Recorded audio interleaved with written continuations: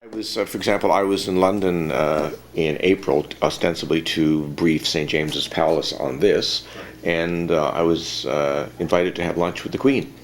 And every time I meet her, I'm in her presence. I mean, she's just such a totally remarkable woman, and I do remind myself, how privileged I am to have that access and to have conversations with the Queen and members of the royal family. It's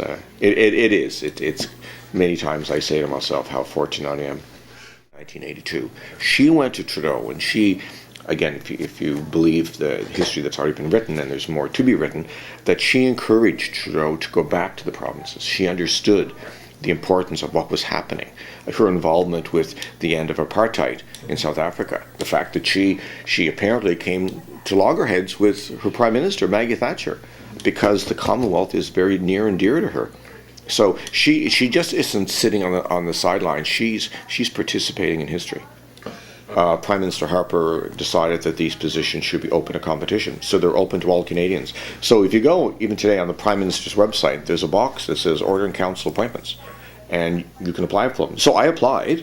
I'm led to believe there were 30-some applicants, and it was boiled down to, I think, 4 or 5. Wow. And I guess I snookered them because here I am. So that was, it was kind of coming back to my parliamentary roots.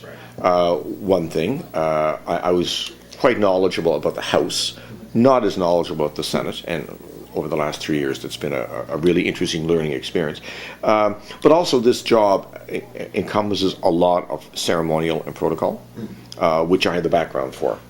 So it was a matter of maybe we should try something a little different. I mean, my career is eventually coming to a close, so I wanted to add a few more experiences to the resume, if you will. I mean, I always, to a certain extent, prided myself on my knowledge of Canadian history, the country, its political system, having done undergraduate in history of political science and then graduate in international affairs.